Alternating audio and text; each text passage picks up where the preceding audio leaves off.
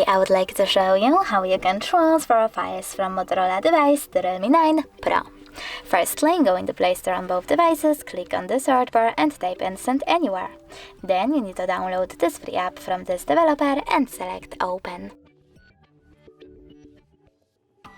Now you need to choose I accept, confirm, continue and allow on both smartphones. And following that, finally, select Send on Motorola and Receive on Realme. After that, you need to tap on all of those dots and choose Send. This way you will select all of those files and transfer them later on. It will take a long time though, so I will go with only one photo, choose Send and tap on Got It. As you can see from here, we have two ways to connect. We can scan QR code by tapping on this scanning icon on Realme, choosing while using the app or only this time and pointing our camera at the code, but we can also just input this pin here and click on Receive. Now after a couple of seconds, as you can see,